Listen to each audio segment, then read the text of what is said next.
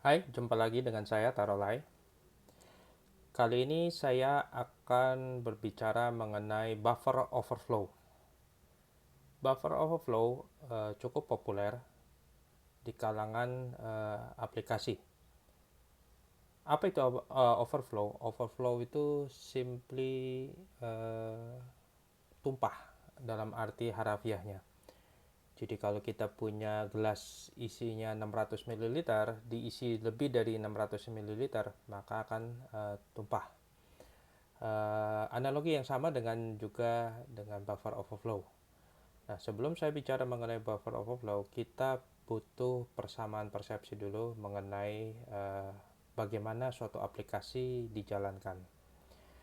Suatu aplikasi dijalankan, operating system akan mengalokasikan suatu memori, dan memori itu adalah yang dialokasikan itu akan dedicated buat aplikasi tersebut. Nah, memori yang dialokasikan untuk aplikasi tersebut terbagi atas beberapa bagian. Pertama itu bagian bawah itu adalah teks. Disinilah letaknya binary code dari aplikasi kita berada, akan tersimpan di bagian itu, dan bagian ini biasanya read only dan juga static. Di atasnya itu adalah komponen dari sisi data. Data terbagi atas data dan BSS. Data itu adalah tempatnya variabel, global variable yang sudah fix, sudah terinisial. Sedangkan BSS itu adalah tempatnya menyimpan value dari global variable yang belum terinisial. Sedangkan heap itu adalah tempat dari sisa variabel yang lainnya, ada di dalam heap. Sedangkan stack itu digunakan untuk mengkontrol bagaimana alurnya data program itu bergerak. Jadi kalau kita lihat gambarnya akan seperti ini. Jadi memori yang dialokasikan akan terbagi atas teks. Di sini letaknya dari sisi binary code-nya si aplikasi. Lalu juga ini data global variable. Sisanya itu adalah heap dan juga stack. Dari semua memori yang bagian dari memori ini, hanya heap dan stack yang dialokasikan secara dynamic. Sedangkan yang lainnya itu dialokasikan secara fix. Oke. Uh, dalam suatu aplikasi, kenyataannya tidaklah selalu linear. Dalam arti bukan perintah-perintah itu dijalankan lalu selesai. Nah, bagaimana suatu aplikasi itu dijalankan? Pertama-tama, code-code yang ada di dalam segmen ini, teks ini, binary per binary, perintah per perintah, itu akan dimasukkan alamatnya, akan dimasukkan ke dalam instruction pointer.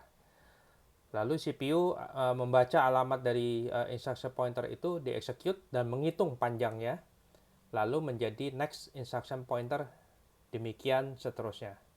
Jadi alurnya itu adalah cuma read instruction pointer, lalu tambahkan instruction yang dia baca itu sesudah di-execute, ditambahkan dengan alamatnya, itu akan menjadi next instruction pointer, dan demikian seterusnya.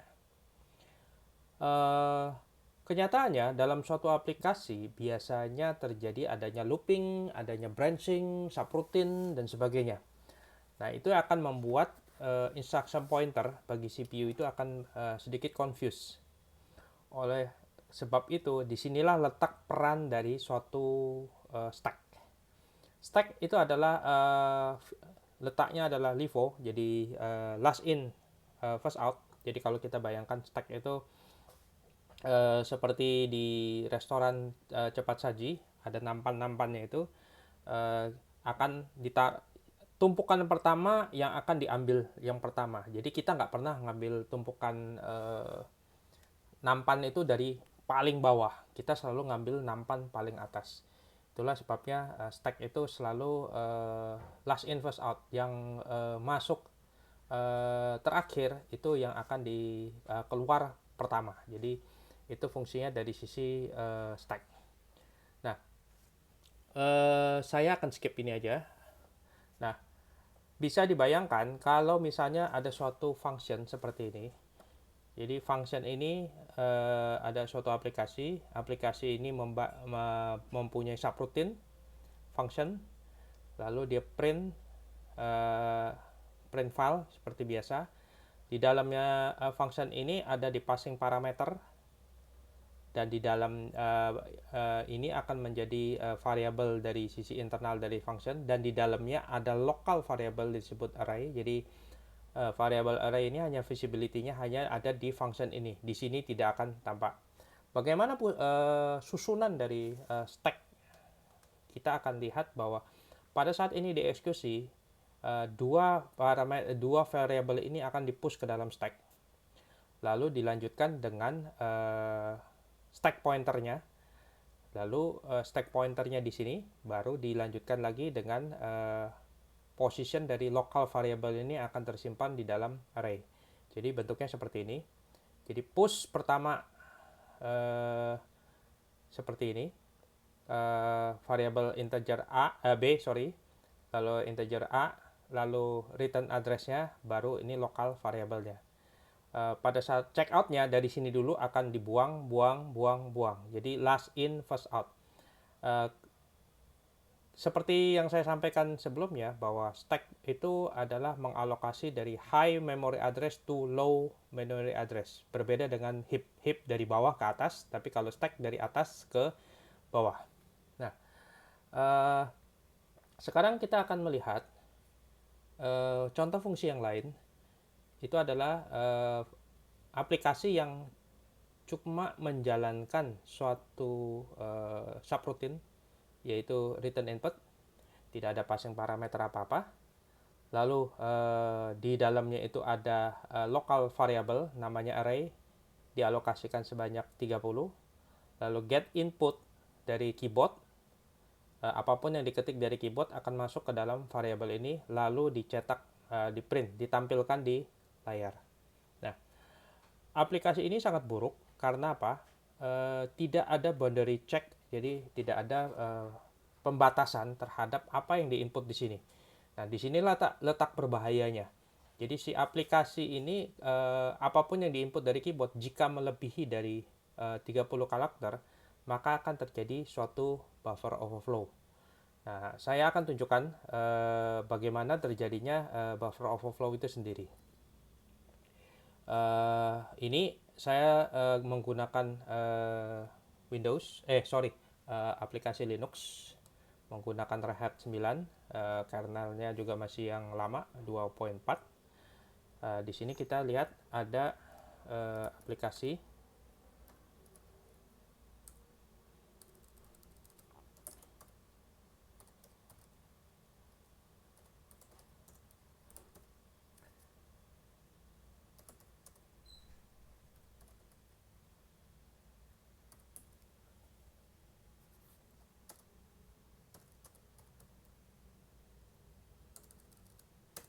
Sama persis seperti di sini aplikasinya. Kalau kita lihat bahwa aplikasi ini alokasikan local variable sebanyak 30 karakter, lalu get input dari keyboard dan sebagainya. Kalau kita eksekusi aplikasi ini, dia akan tunggu dari keyboard. Kalau kita input seperti ini, maka dia akan print sama. Dia akan habis input, dia akan print selesai. Apa yang terjadi jika lebih dari 30 karakter? Maka akan kita lihat bahwa aplikasi ini mengalami error yang disebut dengan segment fault. Kalau di zamannya Windows yang dulu ini udah menunjukkan suatu blue screen, jadi segment fault. Nah, kita akan melihat bagaimana susunan stack itu yang terjadi seperti ini. Apa yang terjadinya di sini kita akan lihat di sini. Kita menggunakan debugger.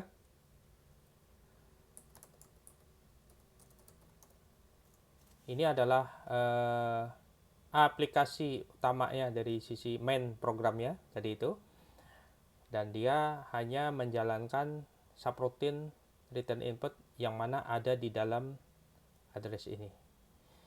Jadi kalau kita lihat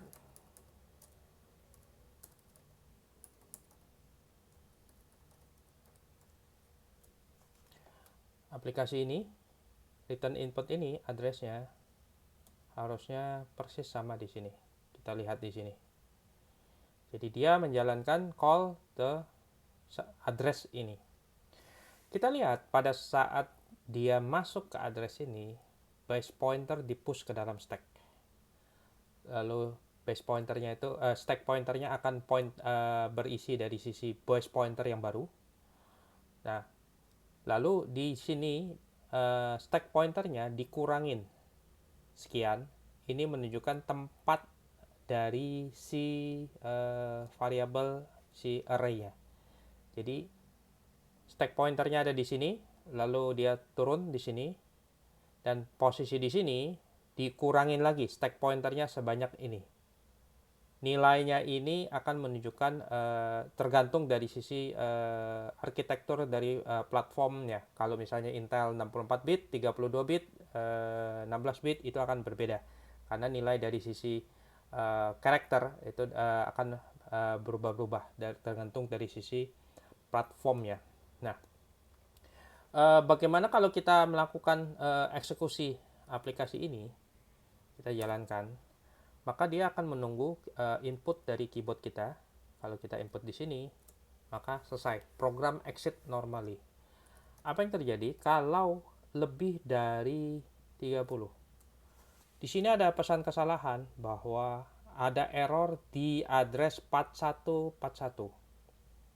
Seperti kita ketahui, kalau suatu aplikasi begitu selesai, maka return input ini akan dipassing lagi ke dalam instruction pointer supaya dia bisa menjalankan aplikasi sebelum di address sebelum menjalankan subroutine.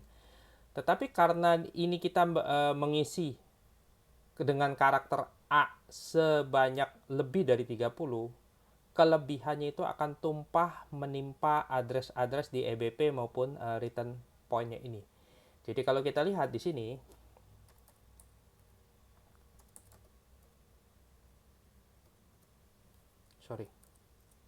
kita akan lihat bahwa instruction pointer itu tertimpa dengan 4141 dan juga base pointernya tertimpa 4141. Berarti ini return address dan ini juga ketimpa 4141, which is 41 itu adalah hexadesimal dari kode ASCII huruf A. Jadi A kita isi ini A semua sini, bocorlah dia ke sini, menimpa di sini mengakibatkan bahwa si aplikasi itu berhenti karena mengakses alamat yang invalid. Lalu apa hebatnya cuma bikin suatu aplikasi menjadi crash. Nah, dalam hal ini si attacker bisa melakukan kontrol jalannya suatu aplikasi. Instead of dia membuat si aplikasi ini bocor sampai di sini ketimpa dengan A, bagaimana ininya diisi dengan sampah, tetapi persis karakter ke-30 ke atas itu diisi dari address yang mau dituju. Contoh address yang mau dituju itu biasanya adalah address dari shell command. Kalau dalam hal ini Windows kita akan mengarahkan kepada cmd.exe. Atau kalau di dalam Linux kita mengeksekusinya mengarahkan ke address dari bin shell.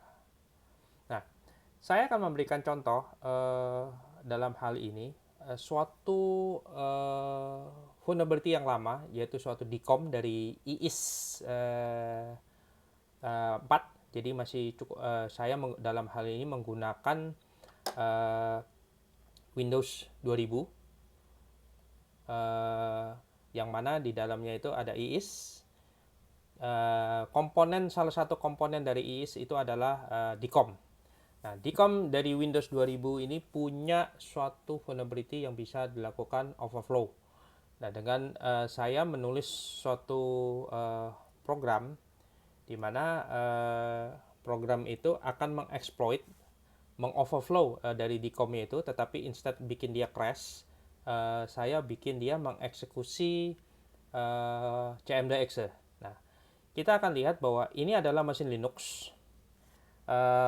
Dan dengan mesin Linux ini saya melakukan koneksi ke mesin Windows 2000 itu ke web servernya, dan saya akan membuat si DCOM-nya itu untuk overflow dan mengeksekusi CMDX. Dan saya menggunakan code yang sangat populer yaitu dcom.c. Kalian bisa browsing dan googling download code-nya, kurang lebih seperti ini. Jadi kalau kalian lihat di sini ada pseudocode-nya. Ini dibuat dengan language C, dicampur dengan beberapa pseudocode dari sisi assembler-nya. Nah,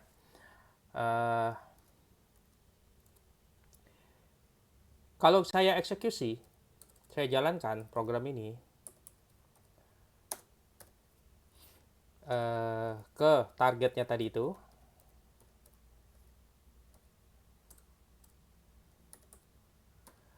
seperti kalian ketahui ini adalah mesin Linux. Jadi tidak ada perintah-perintah dari sisi CMDX dan PROM-nya juga beda. Nah, sekarang kalau kita jalankan, kita lihat bahwa kita mendapatkan DOS PROM di mesin Linux-nya saya. Dan ini semua perintah Linux-nya jalan.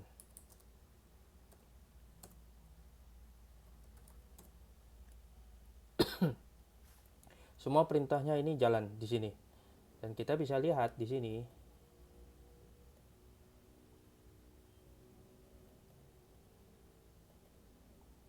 semuanya ada di sini.